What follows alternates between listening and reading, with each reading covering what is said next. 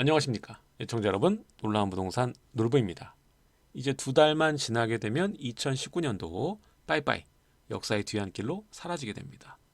올해 참 눈 깜짝할 사이에 시간이 빨리 지나간 것 같습니다. 여러분들도 그렇게 느끼실 거라고 생각이 되는데, 일단은 여러 가지 이슈가 있었지만 작년에 9.13과 견주기는 좀 어렵다고 볼 수가 있습니다. 제 개인적으로는.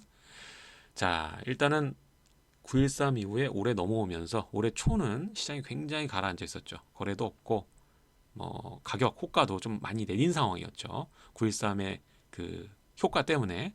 그러다가 2월 최저점을 보이고, 그 다음에 어느 정도 시간이 흘러 7월부터 또 본격적으로 거래가 한두 건씩 터지면서 호가가 착착 올라갔죠. 그리고 중간에 분양가 상한제가 7월 달부터 얘기가 나왔죠.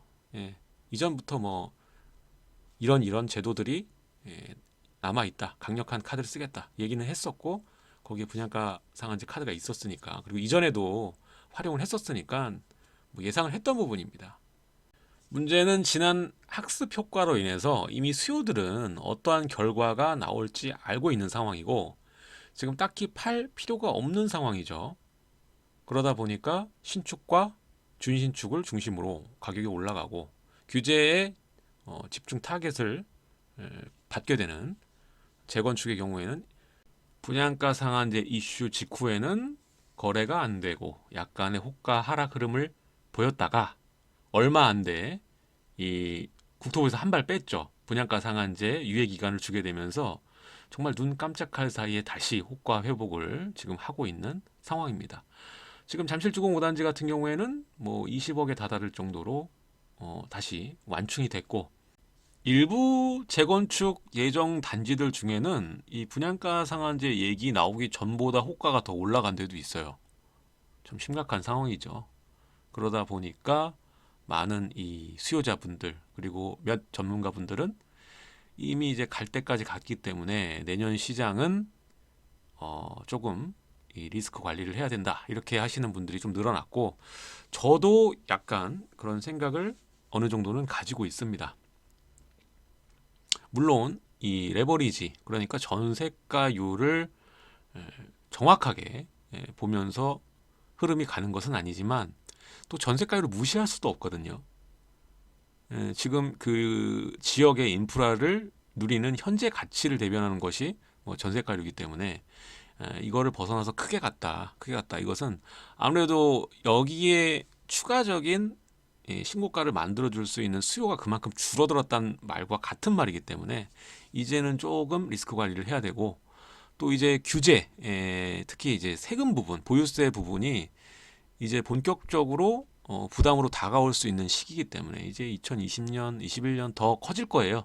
그러다 보니까 맞물리는, 뭐가 맞물릴까? 분양가 상한제도 막상 나오면은 단기적으로는 효과가 있습니다. 지금 안 나왔기 때문에 이런 거예요. 막상 들어가면 어떻게 되나 좀 보세요. 일단은 내년 4월까지잖아요. 이번 달, 다음 달 초 이렇게 하더라도 4월 달까지인데, 그때 유예 기간 동안 정말 우수한 단지고 뭐고 간에 밀어내기 분양할 거거든요. 그렇게 되면은 기존 아파트 거래보다는 거기에 집중이 될 수밖에 없습니다, 수요들이. 그렇게 되면은 아까 말했던 보유세 이슈와 더불어서 아무래도 호가가 더 상승할 수 있는 요인은 절대 아니죠. 제가 예전에도 이 서브프라임 때 얘기를 할 때도 마찬가지지만, 가장 큰 원동력을 냈던 거는 딱 두 가지라고 말씀을 드렸어요. 이명박의 반값 아파트, 그리고 일시적 양도세 완화 조치, 이 두 가지였다고 보거든요. 그렇기 때문에 지금 내년이 아직 안 왔잖아요. 이제 2020년이 되면은 약간 여기에 대한 충격은 어느 정도 시장이 받을 수가 있다, 저는 그렇게 생각을 하고 있습니다. 그렇다고 해서 거래를 하면 안 된다, 지금 팔아야 된다, 이런 얘기를 하는 건 아니에요. 지금의 구매력을 지켜야 된다라는 의견은 계속적으로 드리고 싶습니다. 근데 추가적으로 사서 모으기에는 이 리스크를 관리해야 되지 않냐, 그 뜻입니다.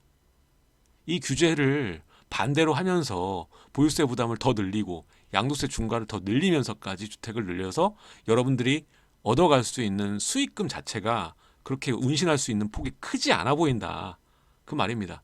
투자는 싸게 사서 비싸게 파는 겁니다. 근데 지금 그 조건을 맞추기가 굉장히 어렵다는 거고, 지금 또 하나의 증거가 뭐냐면 지금 거래를 주도하는 거는 실수요자들, 그리고 지방에 있는 그 자본가들, 거의 거래의 마지막은 이들이 들어와서 이 신고가나 마지막 호가 흐름을 만들어 주거든요.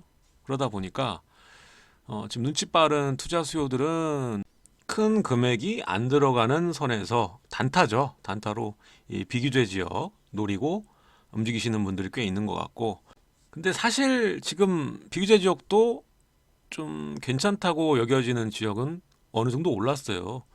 뭐 1, 2억 먹겠다고 돈 들여가지고 신경 쓰고 그러면은 골치 아프잖아요. 저는 차라리 자본이 좀 있으시면은 초등학교 졸업하시고 좀 더 큰 게임으로 중학교 들어가셔야 된다고 생각합니다. 그리고 중학교에서 자본이 좀 크신 분들은 고등학교 가셔야 되는 거고요. 계속 밑에서 놀다 보면은 그 바닥에서 헤어나올 수가 없어요. 부동산 종목이 얼마나 많은데요. 안 해보시고 그냥 주택만 기웃기웃하고 규제 많고 이미 그런데 이제 다시 지방 가시고 그렇게 사이클 돌리시는 게 과연 정답인지 한번 생각을 좀 해보셨으면 좋겠어요. 자본이 있는 분들은. 자본이 없는 분들은 당연히 그렇게 하셔야 됩니다. 뭐 1, 2억도 소중하죠. 다 뭉쳐서 가셔야지. 근데 자본이 크면은 그거를 뭐 10개, 10개, 20개 이렇게 쪼개서 가실 거예요? 그건 아니잖아요. 제가 바로 이전 시간에도 말씀드렸지만은 이 내년이나 내후년이나 이 건설 경기를 부양하는 방법은 여러 가지가 있는데 당연히 이제 주택 부문은 축소될 수밖에 없거든요. 그래서 토목 분야가 아무래도 활성화가 좀 되지 않을까. 여러 가지 지금 개발 계획 잡혀 있는 것 중에서 빨리 갈 수 있는 것들이 있을 거예요. 그걸 중심으로 해서 여러분들이 위치만 잘 선점해 놓고 잡고 기다리고 있으면 알아서 이 돈 굴러 들어오게 돼 있습니다. 이런 걸 좀 아셔야 돼요. 어차피 부동산 투자라는 것은 땅 따먹기예요. 이 대한민국에 서울에 강남에 한강에 이 한 평 선점하는 게 그게 의의거든요. 이 자본주의의 중요한 이 깃발을 꽂는 그게 바로 땅이에요. 땅. 우리나라에서는 특히나 그렇죠. 그러다 보니까 여러분들이 뭐 공부 지금 열심히 해서 어떤 사업을 하시고 뭐 IT 기업을 만들고 이 쉽지 않잖아요. 근데 여러분이 여러분 분야에서 열심히 일해서 자본을 모으고 그것을 활용해서 가능할 때 가능하면 한 평이라도 선점해 놓으면 여러분이 사업하고 IT를 공부해서 하긴 어렵지만 그 사업이나 IT 기업 만들어 가지고 돈을 막대하게 버신 분들이 여러분이 선점한 그 땅을 사게 돼 있습니다. 이게 바로 부동산 투자의 기본 원리예요.